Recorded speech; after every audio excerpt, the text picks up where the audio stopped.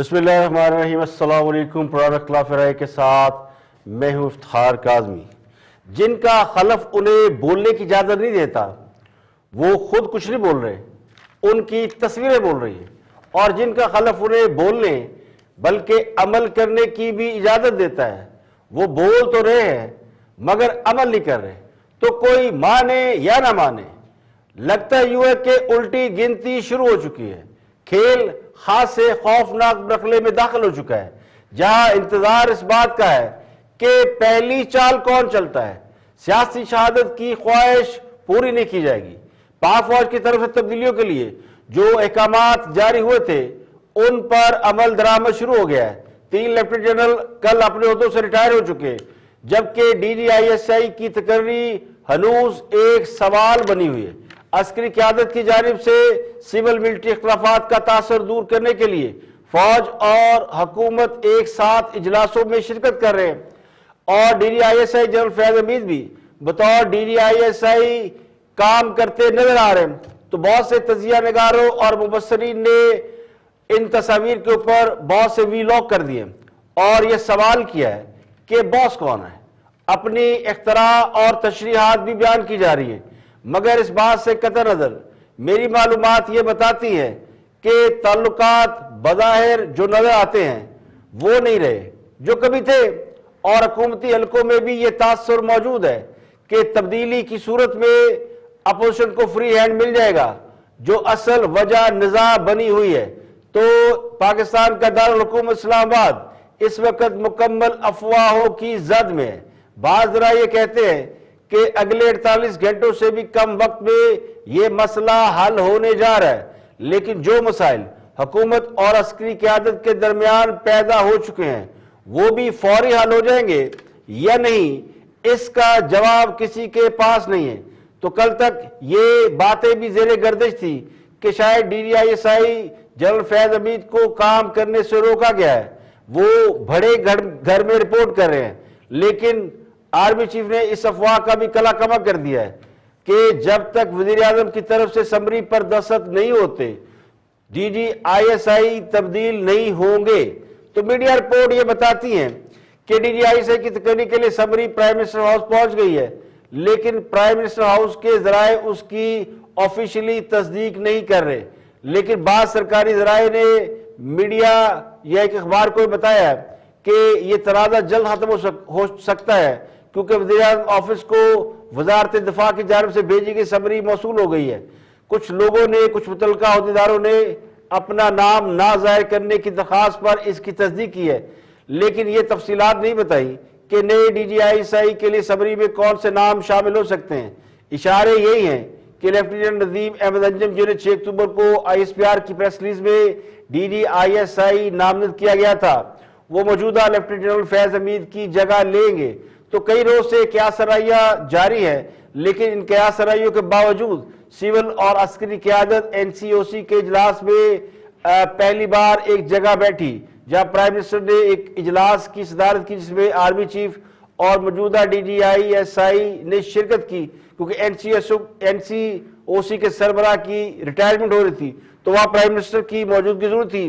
اس کے چند گھنٹوں بعد ہی ایک اور تصویر سامنے آئی جس میں ISI ہیڈ کوارٹر کا دورہ کیا گیا۔ اس دورے کے بارے میں بیان کیا گیا کہ DGISI لیفٹیننٹ جنرل فیض حمید نے آرمی چیف کا استقبال کیا۔ آرمی چیف نے DGISI کے ساتھ کچھ اہم امور کے اوپر بات کی۔ تو اس تصویر میں آرمی چیف اجلاس کی صدارت کر رہے تھے، تو اس پر بہت سی ٹپنیاں کی جا رہی ہیں، بہت سے اندازے کیافے لگائے جا رہے ہیں، لیکن جو باٹم لائن ہے وہ یہ کہتے ہیں کہ وہ تیری تصویر بتا رہی تھی تیرے حالات کا افسانہ۔ تو وہ کہتے ہیں نا a picture louder than 1,000 words، ایک تصویر 1000 الفاظ پر بھاری ہوتی ہے۔ تو ان تصویروں سے بہت سے کیپشنز نکالے جا رہے ہیں، جس میں ایک کیپشن تو یہ ہے کہ فوج کی قیادت کسی بھی قسم کے اختلافات کا تاثر ختم کرنا چاہتی ہے، جبکہ دوسرا تاثر یہ ہے کہ یہ کوئی الوداعی ملاقات تھی اور ان سے بریفنگ لی گئی ہے کہ جانے سے پہلے وہ بتائے کہ کیا کیا معاملات جو ہے وہ افغانستان کے حوالے سے اور کیونکہ افغانستان کا ذکر بھی ISPR کی پریس ریلیز میں ہے۔ تو اس سے ایک روز پہلے 3 لیفٹیننٹ جنرل ریٹائر ہوئے، ان میں لیفٹیننٹ جنرل ماجد احسان انسپیکٹر جنرل آرمز تھے، لیفٹیننٹ جنرل عامر باسی وہ کوارٹر ماسٹر جنرل ہیں، اور لیفٹیننٹ جنرل حمود الرحمان خان کمانڈر آرمی ڈیفنس تھے، یہ این سی او سی کی سربراہی بھی کر رہے تھے۔ تو یہ ہوئی، اس کے علاوہ پیر کو بھی گجرانوالہ کی کمانڈ بھی چینج ہوئی۔ تو بظاہر تو یہ لگ رہا ہے کہ جو فوج کی طرف سے آئی ایس پی آر نے پریس ریلیز جاری کی تھی اکارڈنگلی اس پر عمل درآمد شروع ہو گیا ہے، لیکن اس کا جو سب سے اہم اور نازک مرحلہ ہے وہ ہے D G I S I کی تبدیلی۔ لیکن پرائم منسٹر عمران خان نے آج ایک اور باؤنسر مارا ہے جس نے حالات کی ایک بار پھر تصویر کا رخ بدل دیا ہے، اور جو سارے کہتے تھے کہ بس سب کچھ ٹھیک ہو گیا اور اچھی اچھی باتیں کر رہے تھے، اس میں خان صاحب کی طرف سے آج رحمت اللہ عالمین کانفرنس تھی اسلام آباد میں، تو خان صاحب نے کہا کہ ریاست مدینہ میں جو جرنیل اچھی کارکردگی دکھاتا تھا وہی اوپر آتا تھا۔ بنانا ریپبلکس کس کو کہتے ہیں؟ جدھر قانون نہیں ہے، جدھر انصاف نہیں ہے۔ آپ اگر اسلام میں یہ جو پچھلی تاریخ ہے، یہ جو ایک دم ساری دنیا میں چھا گئے، اس میں بہت بڑی وجہ میرٹ تھی۔ جو بھی اچھا پرفارم کرتا تھا جو جنرل وہ اوپر آ جاتا تھا، کوئی کسی کا یہ رائٹ نہیں تھا کہ ہمیں صرف بڑا عہدہ مل رہا ہے۔ حضرت بلال ایک غلام تھے، حضرت بلال کا عہدہ فائنانس منسٹر بن چکے تھے، 2 ایکسپیڈیشنز لیڈ کی تھی۔ سلمان فارسی تھا، ایک دم مسلمان ہوا، اس میں صلاحیت تھی، وہ اوپر چلا گیا۔ تو جو بھی ان کے امت میں جوائن کرتا تھا، اگر اس کے اندر صلاحیت تھی وہ اوپر چلا جاتا تھا۔ تو میرٹ کا سسٹم تھا۔ تو بار بار خان صاحب ذکر کر رہے ہیں جرنیلوں کا۔ اس سے پہلے انہوں نے یہ بھی کہا کہ خالد بن ولید بہت طاقتور جرنیل تھے، ان کو ہٹا دیا گیا، حضرت عمر نے ان کو ہٹا دیا تھا۔ تو پوچھنا یہ تھا خان صاحب سے کہ ریاست مدینہ کا وہ کون سا جرنیل تھا جس نے قاضی کی مرضی سے بینچ بنوائے، فیصلے کروائے، جس نے مخالفین پر منشیات سمگل کرنے کا الزام لگایا، ان کو گرفتار کرایا، جس نے مخالفین کے کمروں کے دروازے توڑے، آئی جی اغوا کیا، جس نے غداری کے الزامات میں مخالفین کو اریسٹ کرایا، اور جس نے یہ دھمکی دی کہ وہ سمیش کر دیں گے۔ تو یہ ساری باتیں پوچھنے والی ہیں۔ خان صاحب نے اس کانفرنس میں بہت سی اہم باتیں کی، لیکن یہ جو نقطہ تھا اس کے اوپر ظاہر ہے یہ حالات کی نشاندہی کرتا ہے۔ جب ایک پرائم منسٹر یہ کہتا ہے کہ جرنیل کو میرٹ پر اوپر آنا چاہیے تو اس کا مطلب یہ ہے کہ وہ کہیں اس بات کو محسوس کر رہا ہے کہ یہاں میرٹ سے کام نہیں لیا جا رہا۔ تو انٹرپریٹیشن سب کی اپنی اپنی ہے۔ اسی بات سے اندازہ لگایا جا سکتا ہے کہ معاملات وہ نہیں رہے، وہ جو ایک صفحے والی بات تھی وہ تو کہیں ہوا ہو گئی۔ اب دیکھنا یہ ہے، شطرنج میں جس طرح کہتے ہیں کہ پہلی بازی کون چلتا ہے، پہلی چال کون چلتا ہے، تو اس کا انتظار کیا جائے۔ خان صاحب نے اس تقریر میں بڑی باتیں کی، تو ان کی یہ بات ذرا سن لیں کہ انہوں نے فرمایا کیا۔ تو خان صاحب نے آج یہ بھی کہا کہ وہ آخری سانس تک ملک میں انصاف اور قانون کی بالادستی کی جنگ لڑتے رہیں گے۔ انہوں نے پاناما کیس کا حوالہ دیا اور یہ کہا کہ کیا بتاؤں کس طرح کے جھوٹ بولے گئے۔ قطری خط اگر برطانوی عدالت میں پیش کیا جاتا تو ان کو اسی وقت جیل میں ڈال دیا جاتا۔ برطانیہ کی پارلیمنٹری ڈیموکریسی چلی نہیں ہے سوائے برطانیہ کی اور اینگلو سیکسن ملک میں، کینیڈا میں چل گئی، آسٹریلیا نیوزی لینڈ کے علاوہ ساری جگہ پہ وہ بندر بانٹ بن جاتی ہے، کیونکہ اس کے لیے ایک بڑا آپ کو مورل سٹینڈرڈ چاہیے ہوتے ہیں اس ڈیموکریسی کے لیے۔ وہاں کبھی کوئی تصور بھی نہیں کر سکتا کہ جناب ووٹ بکے گا، وہاں کوئی چھانگا مانگا جیسی اور وہ جو بند کر کے یا مری میں بند کر کے بھیڑ بکریوں کی طرح کبھی لوگ نیلام نہیں ہوتے، ادھر کوئی سوچ نہیں سکتا۔ یہ سب کو پتا ہے سینٹ کے اندر الیکشن میں پیسہ چلتا ہے، وہاں کوئی تصور بھی نہیں کر سکتا یہ۔ وہاں اگر کسی کے اوپر کنوکشن ہو جائے یا چلے اس کے اوپر الزام لگ جائے کہ اس نے پبلک کے پیسے کی چوری کی ہے، وہ پارلیمنٹ تو چھوڑے وہ کسی میڈیا میں اپنی شکل نہیں دکھا سکتا۔ اب میں آپ کو کیا بتاؤں کہ کس طرح کے وہاں جھوٹ بولے گئے۔ قطری خط آ گیا، آپ کو میں یقین دلاتا ہوں کہ انگلینڈ کے اندر اگر قطری خط آ جاتا، اگر وہ خط آ جاتا تو اسی وقت کیس رکنا تھا اور اس نے جیل میں ڈال دینا تھا اس کو۔ تو خان صاحب نے اس تقریر میں قطری خط کا ذکر کیا، بلکہ مریم نواز کی طرف اشارہ کیا، کیونکہ قطری خط تو انہوں نے پیش کیا تھا۔ تو کہنے والے کہتے ہیں کہ خان صاحب کا اپنی تقریر میں مریم نواز شریف کو ٹارگٹ کرنا اس بات کا ثبوت ہے کہ مریم نواز نے فیصل آباد کے جلسے میں جو پتھر مارا تھا اس کی چیخیں آج نکلی ہیں. اب خود مریم نواز نے بھی اس بات کا جواب دیا ہے اور خاصا سخت لہجے میں جواب دیا ہے. تو ان شارٹ میں بتا دیتا ہوں کہ انہوں نے کہا کہ خان صاحب کو کوئی یہ بتائے کہ حضرت عمر فاروق کا وہ قول یاد کرائے کہ دریا کے کنارے کوئی کتا بھی بھوکا رہ جائے تو جواب دے ہوگا. اور حضرت عمر فاروق رضی اللہ تعالیٰ عنہ نے اپنے ایک کرتے اور چادر تک کا حساب دیا اور آپ توشہ خانہ اعظم کر گئے اور ڈھٹائی سے کہا کہ نہیں جواب دوں گا.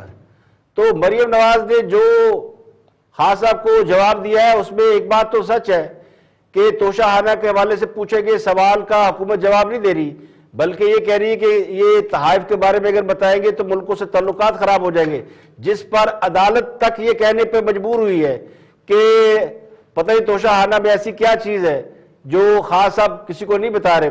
تو بڑے سوال ہے. تو خان صاحب نے مغرب اور پاکستان کے عدالتی نظام کے حوالے سے بھی کہا کہ جناب وہاں اور یہاں زمین و آسمان کا فرق ہے. بالکل فرق ہے. یہاں پہ آپ کسی کے اوپر جھوٹا الزام لگائے اور یہ کہے کہ اس نے مجھے 10 ارب روپے کی رشوت پیش کی تھی اور وہ ڈیفرمیشن کا یا ہتھے کی عزت کا کیس کرے تو آپ عدالت میں پیش نہ ہو، کوئی آپ کو پوچھے گا نہیں ہے. اور اگر آپ نے اپنے گھر کی توسیع کے لیے کسی جگہ قبضہ کر لیا ہے تو عدالت آپ سے کہے کہ تھوڑا سا جرمانہ دے اور اپنے گھر کو لیگلائز کرا لے، اس کو ریگولرائز کرا لے. تو طاقتور کا گھر ریگولرائز ہو جاتا ہے، لیگل ہو جاتا ہے. لیکن غریب نے اگر کسی جگہ پر کوئی جھونپڑی کوئی دکان بنا لی ہے تو پوری مشینری وہاں جا کر اس کو گرائے گی اور پھر ایک حکومت کی طرف سے پیسلیز آئے گی کہ ہم نے اتنی بڑی زمین وہاں گزار کرا لی. اب نواز شریف برطانوی عدالت میں براڈ شیٹ سے جیت گئے، شہباز شریف برطانوی عدالت سے ڈیلی میل سے جیت گئے، اسحاق ڈار صاحب برطانوی عدالت میں ARY سے جیت گئے. تو یہ تینوں تو ہو گئے انٹرنیشنل صادق اور امین. اور خان صاحب نے آج ہی کہا ہے کہ اگر حکمران صادق اور امین نہ ہو تو ملک ترقی نہیں کرتا. تو جو انٹرنیشنلی جس معاشرے کا خان صاحب نے حوالہ دیا ہے وہ معاشرہ تو ان لوگوں کو صادق و امین قرار دے رہا ہے جن کو آپ ہمارے سامنے پیش کر رہے ہیں مافیا، کرپشن کنگ اور پتہ نہیں کیا کیا اس ملک کی تباہی کا ذمہ دار بنا کے پیش کر رہے ہیں اور آپ سے ثابت بھی نہیں ہوتا. یا تو آپ کہیں ثابت ہی کر دینا، تو ثابت بھی کہیں نہیں ہوتا. تو خان صاحب بالکل ملک میں قانون کو آزاد کرے، آپ کے ہاتھ میں ہے. یہ ریفارمز تو آپ کے ہاتھ میں تھی، آپ نے یاد کرنا، آپ نے ملک کو آزاد کرنا ہے اور آپ نے اس ملک سے کرپشن ختم کرنی ہے. آپ نے انصاف اور میرٹ کی حکمرانی قائم کرنی ہے. اور یہ اس ملک میں انصاف اور میرٹ کی حکمرانی کی بات کریں تو اس کا بھی جواب قوم کو مل چکا ہے کہ خان صاحب نے کہاں کہاں میرٹ پر لوگ لگائے ہیں اور قوم اس کے ثمرات کیسے بھگت رہی ہے. قانون کی حکمرانی کا عالم یہ کہ جن لوگوں پر اربوں روپے ہڑپ کرنے کے الزامات لگائے گئے ان میں سے اکثر آج اسی حال میں بیٹھے ہوئے تھے جہاں سے بات کر رہے تھے. کیانی صاحب جو وزارت صحت میں تھے اور جو مہنگی ادویات کی قیمتوں میں ان کے اوپر بھی اربوں روپے جیب میں ڈالنے کا الزام ہے، وہ سامنے بیٹھے ہوئے تھے اور خاص انصاف اور قانون اور پتہ نہیں کیا کیا مثالیں دے رہے تھے. تو یہ درست ہے کہ جو مدینہ کی ریاست ہے اس میں بڑے اچھے کام ہوتے تھے، لیکن مدینہ کی ریاست کے حوالے دینے والے کبھی اپنے گریبان میں بھی جھانکے کہ آپ خود کیا کر رہے ہیں. تو پرائم منسٹر نے بڑی باتیں کی ہیں لیکن بدقسمتی سے وہ جتنی باتیں کر رہے تھے ان کے کاؤنٹر آرگومنٹ جو ہے وہ آپ اگر جائیں گے تو آپ کو بے شمار لوگ کاؤنٹر آرگومنٹ دے رہے ہوں گے. خان صاحب نے برطانیہ کی ساری مثالیں دیں. اب پتہ نہیں ہم نے تو خود کو برطانیہ کے کلچر سے آزاد کیا تھا اور برطانوی تسلط سے آزاد کیا تھا اور ہمیں آج وہ مثالیں ساری برطانیہ کی دے رہے ہیں.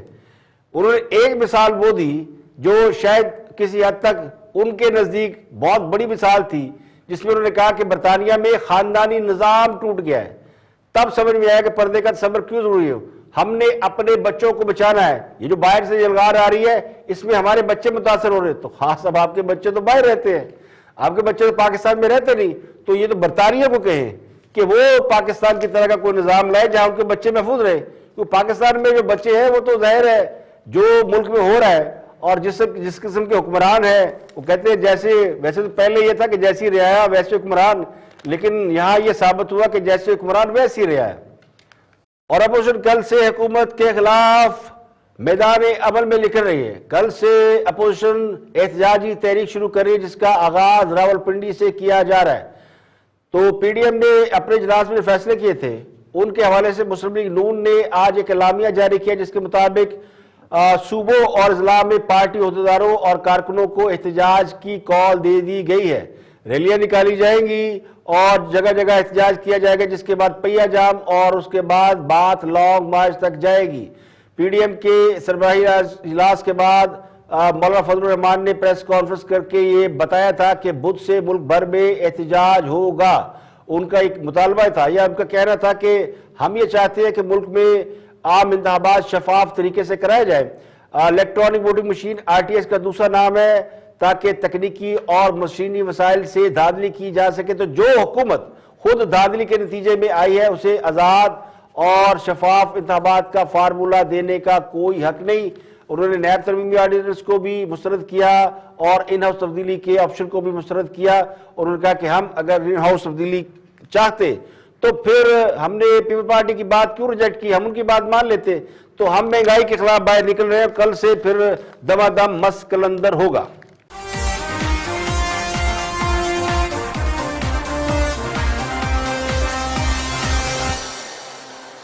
اور وزیر اعظم عمران خان کی معاشی پالیسیوں پر بھروسہ نہ کرنے والوں کی تعداد مزید بڑھ گئی ہے. جولائی 2021 میں 38% افراد نے معاشی بحران سے نکلنے کے وزیر اعظم کے دعوے پر اعتبار نہ کرنے کے لیے کہا. اب 57% لوگ یہ کہتے ہیں کہ معیشت کی بحالی کے لیے خان صاحب نے جو دعوے کیے ہیں اس پر ہمیں کوئی بھروسہ نہیں. تو آہستہ آہستہ خان صاحب کی معاشی پالیسیوں پر, یا پنجابی میں کہتے ہیں وہ لمبی لمبی جو چھوڑی گئی ہیں, تو لوگوں کو اعتبار آ گیا ہے کہ سارا معاملہ یہی ہے, لمبی لمبی چھوڑو. تو بھروسہ کرنے والوں کی تعداد ہو گئی کم. جولائی 2021 میں جو سروے تھا, یہ سروے سامنے آ گیا, اس میں 17% افراد نے خان صاحب پر اعتماد کا اظہار کیا تھا اور کہا تھا کہ جی انشاءاللہ معیشت جو ہے وہ درست سمت میں جائے گی. اور اب اس میں جو تعداد ہے وہ 7% رہ گئی ہے, یعنی 10% نے ہاتھ جوڑ لینے اور خان صاحب بس کرو, اس سے زیادہ برداشت نہیں ہوتا. جولائی میں معاشی سے درست نہ سمجھنے والوں کی شرح 56% تھی, اس میں اب 19% کا اور اضافہ ہو گیا. تو معاشی سمت درست سمجھنے والوں کی شرح جو جولائی میں 43% تھی وہ اب کم ہو کر 24% رہ گئی. تو 77% پاکستانی یہ سمجھتے ہیں کہ ملک کا سب سے بڑا مسئلہ مہنگائی ہے, لیکن ایک خان صاحب کو سمجھ نہیں آتی. تو یہ پلس کنسلٹنٹ کی سماہی رپورٹ ہے جو ہر 3 ماہ بعد آتی ہے. یہ وہ 1800 یا 2000 لوگوں کے ساتھ ان سے پوچھتے ہیں مختلف شہروں سے, ایک ہی جگہ سے نہیں. تو 4 اکتوبر سے 11 اکتوبر 2021 کے درمیان انہوں نے سروے جو کیا اس کی رپورٹ آئی ہے. اس میں یہ بتایا گیا کہ 56% پاکستانی ایسے جو سمجھتے ہیں کہ پاکستان کی معاشی سمت جو ہے, اکنامک جو ڈائریکشن ہے وہ درست نہیں ہے. تو اس میں یعنی اضافہ ہو گیا, 19% اضافہ ہوا ہے. اس کے علاوہ جو اس کا بریک ڈاؤن کریں تو معاشی سمت کو غلط کہنے والوں میں سب سے زیادہ پنجاب میں لوگ ہیں 79%, سندھ میں 73%, خان صاحب کا اپنا home town home ground 67%, Khyber Pakhtunkhwa اور بلوچستان میں بھی 59% لوگ کہتے ہیں کہ جناب ملک کی معاشی سمت غلط ہے. جولائی میں جو رپورٹ آئی تھی اس میں 90% پاکستانیوں نے یہ کہا تھا کہ مہنگائی بہت بڑھ گئی ہے. اب 98% پاکستانی یہ کہتے ہیں کہ اللہ کا واسطہ جو ہونتے وسو کم باہر ہو گیا ہے. تو پاکستان کے سب سے بڑے مسئلے کے سوال پر جو سروے ہوا اس میں 77% افراد نے جو سب سے بڑا مسئلہ ملک کو قرار دیا وہ ہے مہنگائی. 35% کہتے ہیں جناب کرپشن ہے, 25% کہتے ہیں کہ بے روزگاری ہے, 11% کہتے ہیں لوڈ شیڈنگ ہے, 10% کہتے ہیں جناب ہمارا تو خرچے پورا نہیں ہوتا, خرچے پورے نہیں ہوتے کریے کی. تو یہ سب سے بڑے اور اہم مسائل ہیں. 61% لوگ یہ کہتے ہیں کہ جو موجودہ خراب مالی حالات ہے اس کی ذمہ دار موجودہ حکومت ہے, پچھلی حکومت نہیں. خان صاحب 100% ان پہ ڈالتے تھے, لیکن اب بھی 25-30% لوگ خان صاحب کے ساتھ تو ہے نا, جو جنہیں یوتھیا کہتے ہیں. تو وہ تو کہتے ہیں جناب صاحب کا حکومتیں اس کا ذمہ دار ہے. 53% لوگ کہتے ہیں کہ وہ جو شوکت ترین صاحب ہے ان کی کارکردگی بھی اہم ہی ہے. 13% کہتے ہیں نہیں کچھ ٹھیک کام کر رہے ہیں. 29% کہتے ہیں جناب دیکھ تو لو ابھی تو بیچارے آئے ہیں 5-6 مہینے ہوئے ہیں. تو 38% افراد ان کی کارکردگی سے پچھلے سروے میں جب 3 مہینے پہلے ہوتا ہے جب وہ آئے تھے نئے تو لوگ کہتے ہیں نہ اب تو جناب دودھ و شہد کی نہریں بہیں گی. اور 35% غیر مطمئن تھے. تو اس وقت مطمئن افراد کی تعداد 38 تھی اور باقی 35 تھے. اب یہ تو ہے مہنگائی، اور مہنگائی پہ آپ کو اور لوگوں کی تبصرہ تجزیے بھی سنائیں گے، لیکن ایک خبر دیتے چلے، بری خبر ہے کہ بجلی قیمت میں مزید 2 روپے 65 پیسے اضافہ ہو رہا ہے. جس طرح پیٹرول اچانک بڑھا نا، 5 روپے کی ڈیمانڈ کی گئی اور 10 روپے بڑھ کے آیا، اس طرح بجلی ابھی بڑھی ہے پچھلے دنوں 1.25 روپے، جس میں حماد اظہر نے کہا تھا جناب 2 روپے کاسٹ کرتی، ہم نے 1.25 بڑھائی، بڑا احسان کیا تھا. اب اس قیمت میں دوبارہ اضافہ کیا جا رہا ہے، اور سپٹمبر کی فیول ایڈجسٹمنٹ کی مد میں اس کی اپلیکیشن دے دی گئی ہے. 27 اکتوبر کو اس کا فیصلہ ہوگا، اور یہ کہا گیا کہ ستمبر میں پانی سے جو ہم نے بجلی پیدا کی تھی وہ 38.2% تھی، اور ہم نے جو کوئلے سے پیدا کیا ہے وہ صرف 5% ہے، جبکہ بجلی سے جو مہنگے فرنس آئل سے ہم پیدا کریں وہ 19 روپے 23 پیسے فی یونٹ ہے. تو یہ جو ہیر پھیر ہے نا بجلی سے، کوئلے سے، فرنس سے، تو یہ مدعا ڈالا جاتا ہے عوام کی جیب پہ. اسی پہ ذرا سنتے ہیں تبصرہ تجزیہ جناب حسن نثار صاحب کا، بڑے دانشور ہے، کہ مہنگائی کی وجہ کیا ہے اور کون ہے اس کا ذمہ دار. اس کو سمجھنے کی کوشش کریں کہ حکومتی نااہلی اور کرونا کے علاوہ ایک بہت بڑی وجہ ہماری اجتماعی بددیانتی ہے کہ جہاں 1 روپیہ بڑھانا چاہیے ہم 2، 3، 4 بڑھا دیتے ہیں. یہ پیٹرولیم کی جو بات ہے اس میں کو سب سے زیادہ ایکسپلائٹ کیا جاتا ہے. اس میں آپ چاہے کو کموڈیٹیز وغیرہ کی ٹرانسپورٹیشن ہو، بندوں کی ٹرانسپورٹیشن ہو، وحشیانہ طریقے سے بڑھا دیتے ہیں. ٹھیک ہے، باقی یہ جو سہیل صاحب جو بات کر رہے تھے نااہلی ہے وہ پرلے درجے کی ہے. اس میں بھی ایک ایسپیکٹ، ایک تو یہ نا کہ دکاندار ہمارا تاجر کرپٹ ہے، بددیانت ہے. دوسری طرف جو نااہل، میں نے خود سنا کہتے ہوئے بھی شرم آتی ہے، یہ جو پتہ نہیں کو ٹائیگر شائگر کو فورس شوز بنائی تھی، وہ کیا کرتے رہے ان مارکیٹس میں، وہ مجھے لوگوں نے بتایا، میں حیران ہی رہ گیا. کوئی کہیں سے ڈیلی بیسس پہ گوشت لے رہا ہے، کوئی کچھ لے رہا ہے، کوئی کچھ لے رہا ہے. So we are basically corrupt people, اور ہماری اکانومی بیسیکلی کرپشن بیسڈ ہے. آپ اپنا پورا وہ نظام آپ دیکھ لو، سٹرکچر، سیلری سٹرکچر دیکھ لو، سارا کچھ لیکن اسی کرپشن کو، اسی کرپٹ نظام کو تو بدلنے آئے تھے نا عمران خان صاحب اور یہ حکومت. وہ ایک اور کہانی ہے جو اب آپ شروع وہ کرنا چاہیں تو وہ ڈفرنٹ بات ہے.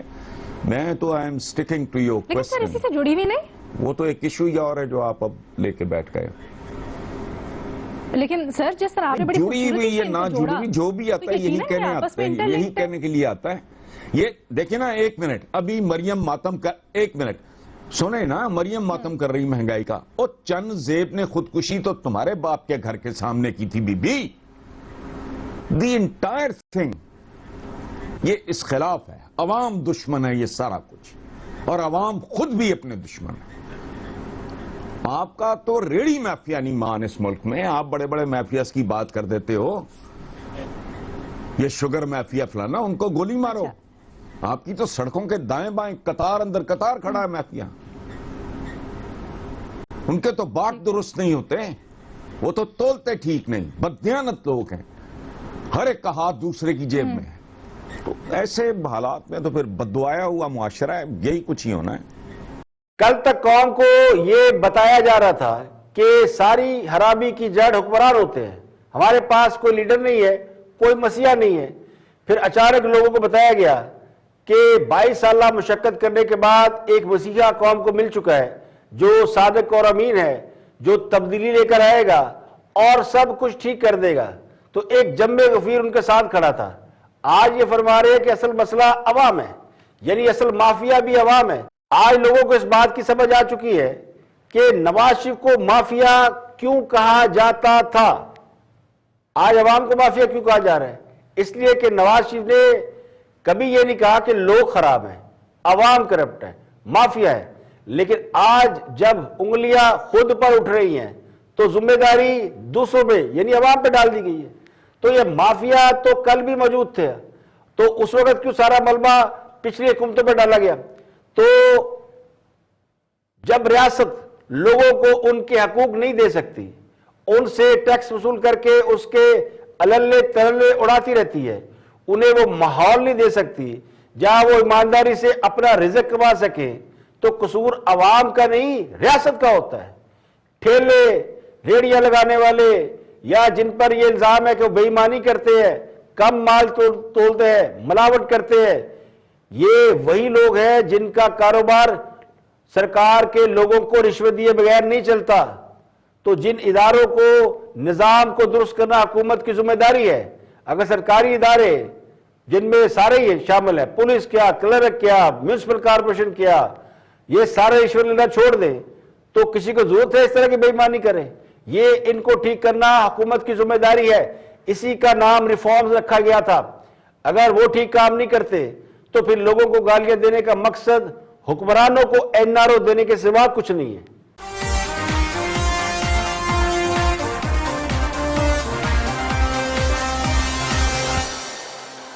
اور سابق وزیر خزانہ اسحاق ڈار نے برطانیہ میں ARY کے خلاف ہتھے قسط کا کیس جیتا ہے, اور پاکستان کا ٹیلی ویژن ARY جو کہ برطانیہ میں ان کی ایک فرنٹ کمپنی چلاتی ہے, اس کو 1 لاکھ پاؤنڈ کا جرمانہ ہوا ہے.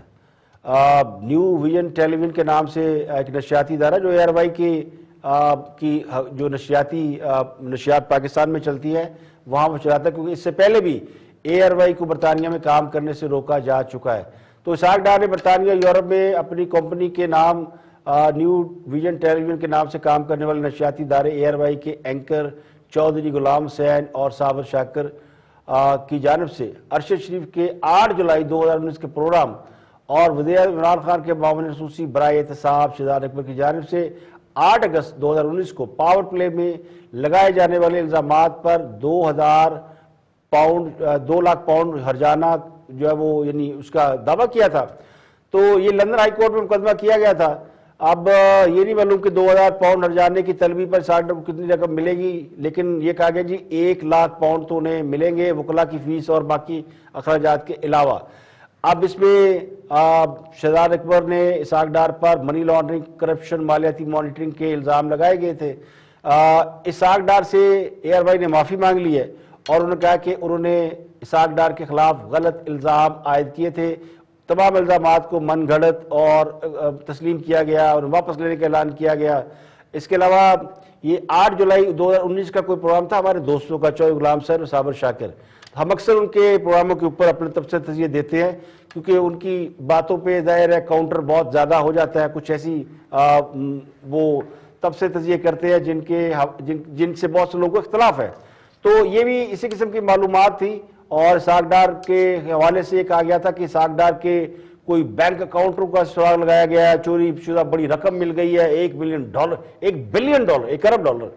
تو یہ بھی کہا گیا تھا کہ اسحاق ڈار نے کسی شخص کو پاکستان چھوڑنے پر مجبور کرنے کے لیے قتل کی دھمکی دی تھی, اور یہ ساری باتیں انہوں نے کہا اسحاق ڈار نے ہمیں بتایا کہ ہم اسے ماننے کے لیے تیار ہیں, اور اس طرح کی باتیں ساری یعنی یہ الزامات لگائے گئے تھے.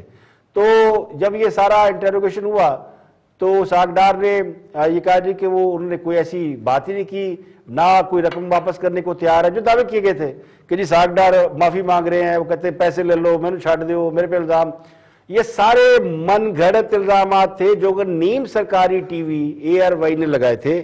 اب ARY ظاہر ایک ٹی وی, ان میں جو لوگ پروگرام کرتے ہیں وہ اپنے پروگرام کے خود ذمہ دار ہوتے ہیں, لیکن بہرحال چینل پہ بیٹھ کے پروگرام کرنے کا مقصد یہ ہے کہ شاید کہ ان کی بھی ظاہر ہے ان کے اوپر بھی بات آتی ہے, اور ان کے چینل سے یہ پروگرام برطانیہ میں ایئر ہوا ہے, جس کی آج خاص صاحب نے مثال دی کہ برطانیہ میں بڑا قانون ہے, بڑا لا ہے.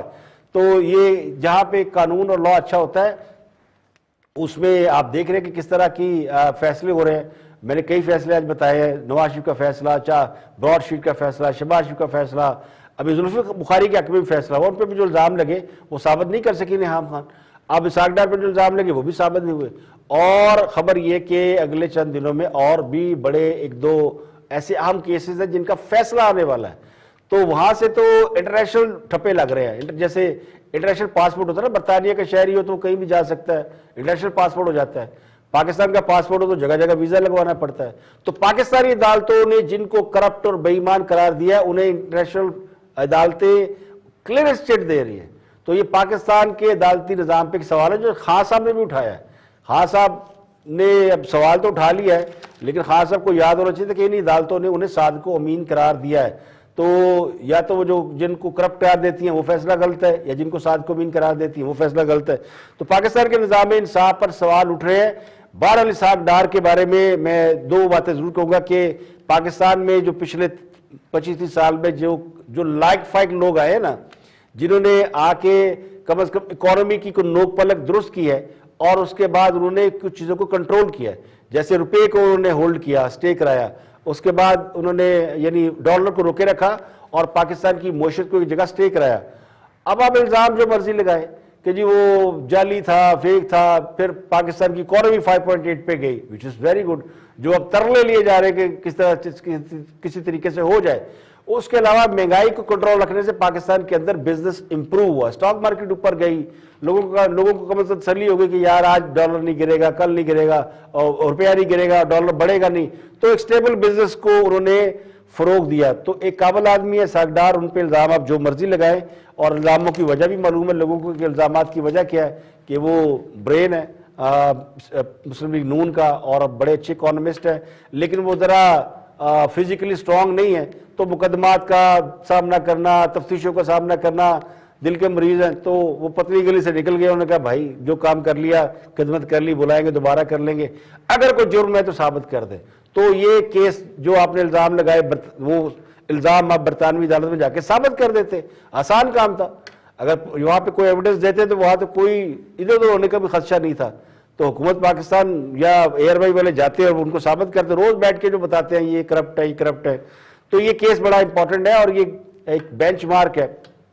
بہرحال اس پہ اسحاق ڈار صاحب کا وہاں سے کلیئر ہونا تو ٹھیک ہے، لیکن ایتھے کی کرو گے، ادھر تو بھی سیاپے پڑے ہوئے ہیں.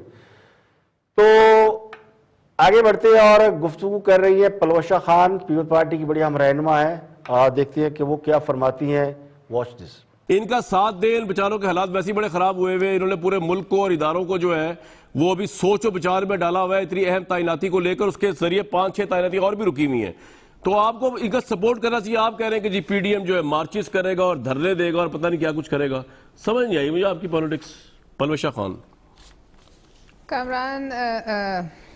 کامران شاہد صاحب جناب، میں مانتی ہوں کہ شاید مجھے نہیں ہنسنا چاہیے تھا، لیکن جو بات ان حالات میں بھی عباسی صاحب کہہ رہے ہیں کہ ہم کریڈیبل ہیں، تو میری ہنسی نکل گئی. اب میں اس سے معذرت خواہوں، لیکن میں انسان ہوں، اور اتنے گرم حالات میں، اتنے برے حالات میں اگر کوئی ایسی بات آ جائے تو ہنسی نکل ہی جاتی ہے. میرے خیال میں باقی لوگ بھی روتے روتے تھوڑی دیر کے لیے ہنس پڑے ہوں گے یہ بات سن کے.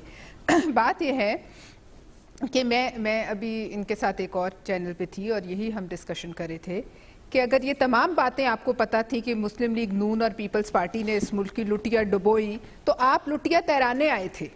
تو لٹیا تیراتے تیراتے آپ نے پورا پاکستان ڈبو دیا.